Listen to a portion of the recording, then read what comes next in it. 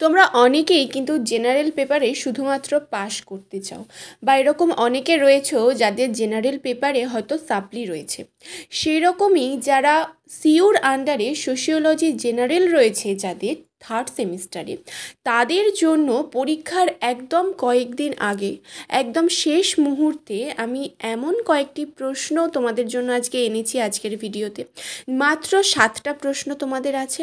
যারা শুধুমাত্র পাস করতে চাইছো, আমি বারবার বলছি, এটা পড়লে কিন্তু তোমরা শুধুমাত্র পাস করবে, ভালো নাম্বার পাবে না।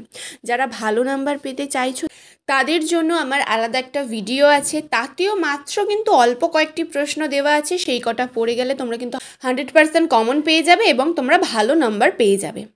কিন্তু এই ভিডিওটা যারা শুধুমাত্র পাস করতে চাইছো তাদের জন্য। ঠিক আছে, মাত্র 7টা প্রশ্ন, চলো দেখে নিই কি সেই 7টা প্রশ্ন। দেখো, ফার্স্টেই আমি 15 মার্কসের জন্য বলবো। তোমাদের কিন্তু 15 মার্কসের 4টে দেওয়া আছে, চারটে দেওয়া থাকে, তার মধ্যে 2টো লিখতে হয়। আমি এখানে তোমাদের 3টে প্রশ্ন দিয়েছি। এই 3টে প্রশ্ন তোমরা পড়ে গেলে তার মধ্যে থেকে কিন্তু তোমরা 2টো কমন পেয়ে যাবে, অথবা তোমরা কিন্তু অশুদ্ধও কমন পেতে পারো। মানে এই তিনটেই কিন্তু পরীক্ষায় চলে আসতে পারে। এই 3টে কোয়েশ্চেন ভীষণই ইম্পর্টেন্ট। দেখো, ফার্স্টে যে প্রশ্নটা রয়েছে 15 মার্কসের, প্রথমেই রেখেছি, সেটা হচ্ছে সমাজতত্ত্বের উদ্ভব বিকাশ, তার সাথে সমাজতত্ত্বের উপাদান, মানে উদ্ভব বিকাশের উপাদান। ঠিক আছে, এই প্রশ্নটা কিন্তু তোমাদের জন্য ভীষণ ইম্পর্টেন্ট, সমাজতত্ত্বের উদ্ভব এবং উদ্ভবের জন্য উপাদান। ঠিক আছে, হয়তো তোমাদের শুধুমাত্র উপাদানটা আসতে পারে, বা শুধুমাত্র উদ্ভব বা বিকাশটা শুধুমাত্র আসতে পারে। এইভাবে কিন্তু যে কোনো একটা তোমাদের আসতে পারে, আবার 2টো একসাথে করেও কিন্তু তোমাদের দিতে পারে। আচ্ছা, 2 নম্বর দেখো রয়েছে দূরক্ষেমের সামাজিক সংহতি। সামাজিক সংহতিটা কিন্তু তোমাদের এই বছরের জন্য ভীষণই ইম্পর্টেন্ট একটা প্রশ্ন। সংহতির শ্রেণীবিভাগগুলোও আসতে পারে, অথবা শ্রেণীবিভাগ যদি না আসে তাহলে কিন্তু 2টো সংহতির মধ্যে যে পার্থক্য সেটাও কিন্তু আসতে পারে। সেই জন্য এই প্রশ্নটা কিন্তু তোমাদের জন্য ভীষণই ইম্পর্টেন্ট। সংহতিটা বাদ দেবে না, সংহতির শ্রেণীবিভাগ পার্থক্য ভীষণ ইম্পর্টেন্ট। আচ্ছা, 3 নম্বর আর লাস্ট প্রশ্ন 15 মার্কসের, সেটা হচ্ছে ম্যাক্স ওয়েবারের সামাজিক ক্রিয়ার তত্ত্ব।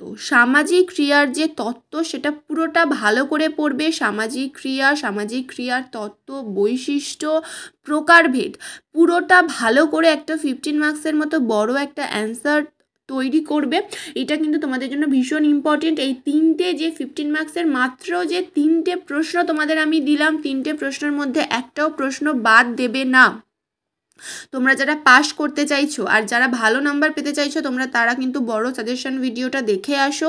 সেখানেও কিন্তু খুব বেশি প্রশ্ন নেই, এই রকম 5-6টা প্রশ্নই রয়েছে। ঠিক আছে, এই গেল তোমাদের 15 মার্কসের প্রশ্ন। তোমাদের আমি 5 মার্কসে যাওয়ার আগে, 5 মার্কসের মাত্র 4টে প্রশ্ন আছে, সেটা যাওয়ার আগে আমি তোমাদের একটু বলে দিই, তোমরা যারা history honours, general sociology, general education, general political science, general পড়তে চাইছো, তারা কিন্তু অবশ্যই স্ক্রিনে দেওয়া নাম্বারে যোগাযোগ করতে পারো। এছাড়াও কারোর যদি মনে হয় পরীক্ষার আগে তাদের শুধুমাত্র স্টাডি মেটেরিয়ালসের প্রয়োজন, নোটস প্রয়োজন, তারা কিন্তু অবশ্যই স্ক্রিনে দেওয়া নাম্বারে তোমরা যোগাযোগ করতে পারো।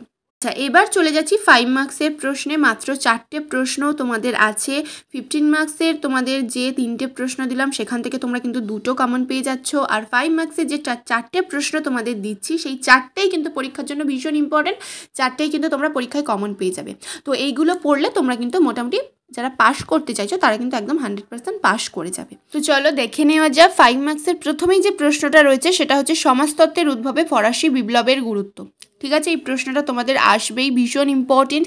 এই প্রশ্নটা বিভিন্নভাবে ঘুরিয়েও আসতে পারে, যেমন ধরো সমাজতত্ত্বের উদ্ভবে ফরাসি বিপ্লবের অবদান বা সম্পর্ক, এইভাবে কিন্তু ঘুরিয়ে আসতে পারে। 2 নম্বর প্রশ্ন দেখো, কার্ল মার্কসের শ্রেণীর ধারণা বা শ্রেণীর তত্ত্ব, 5 মার্কসের জন্য ভীষণ ইম্পর্টেন্ট। 3 নম্বর দেখো, দুর্খেইমের সামাজিক ঘটনা। সামাজিক ঘটনা কিন্তু তোমাদের জন্য এবছরের ভীষণই গুরুত্বপূর্ণ একটা প্রশ্ন 5 মার্কসের জন্য। 4 নম্বর দেখো, ম্যাক্স ওয়েবারের বর্ণিত কর্তৃত্বের প্রকারগুলি আলোচনা করো। প্রত্যেকটা কর্তৃত্বের প্রকারগুলো কিন্তু ভীষণই ইম্পর্টেন্ট। এইভাবে বড় প্রশ্ন মানে 5 মার্কসের পুরোটা আসতে পারে, আবার ধরো একটা যে কোনো পার্টিকুলার একটা কর্তৃত্ব তুলে দিয়ে শুধুমাত্র সেটার সম্পর্কে চাইতে পারে। ঠিক আছে, এইভাবে কিন্তু আসতে পারে। সেই জন্য তোমরা যদি পুরো সবকটা 3টে কর্তৃত্বই যদি ভালো করে পড়ে রাখো, মানে 5 মার্কসের বড় করে একটা অ্যান্সার যদি তোমরা তৈরি করে রাখো, সেক্ষেত্রে কিন্তু তোমাদের যে কোনো একটা কর্তৃত্ব যদি তুলে দেয় তাহলে কিন্তু তোমরা সেটা লিখতে পারবে, তোমাদের কোনো অসুবিধা হবে না। সেই জন্য তোমাদের কর্তৃত্বটা পুরোটাই পড়তে হবে। এই ছিল তোমাদের মাত্র 7টা প্রশ্ন। যে প্রশ্নগুলো পড়ে গেলে তোমরা কিন্তু অবশ্যই পাস করে যাবে। কিন্তু হ্যাঁ, অবশ্যই যারা ভালো নাম্বার পেতে চাইছো তাদের জন্য আমি বলবো তোমরা কিন্তু অবশ্যই একবার হলেও বড় ভিডিওটা দেখো।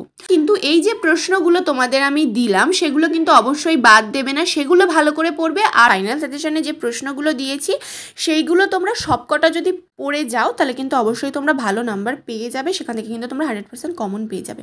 এছাড়া যারা চাইছো যে কিছু যদি 2 মার্কসের প্রশ্ন যদি কিছু কমন পাওয়া যেত, তাহলে তারা কিন্তু আমার বড় ভিডিওতে আমি দিয়ে দিয়েছি প্রত্যেকটা সালের প্রশ্ন। দেখো, ছোট প্রশ্ন 100% কমন দেওয়া যায় না, তাও বড় প্রশ্ন পড়ে গেলে তার ভিতর থেকে তোমরা পড়তে পারো। এছাড়া প্রিভিয়াস ইয়ারের প্রশ্নগুলো তোমরা পড়তে পারো, চ্যানেল তার ভিডিও দেওয়া আছে। সমস্ত যদি তোমরা মোটামুটি কমপ্লিট করে যাও, ফলো করে যাও, তাহলে আশা করছি তোমরা অবশ্যই পাস করে যাবে, ভালো নাম্বারও পেয়ে যাবে যারা সব করে যেতে পারবে। আজকের ভিডিওটা এতটাই, ফিরে আসছি পরের ভিডিও নিয়ে। ভিডিওটা যদি ভালো লেগে থাকে আর অবশ্যই যদি কোথাও গিয়ে একটু হেল্পফুল মনে হয় থাকে তাহলে অবশ্যই ভিডিওটিকে লাইক করে, কমেন্ট করে, শেয়ার করো আর অবশ্যই চ্যানেলটিকে সাবস্ক্রাইব করো।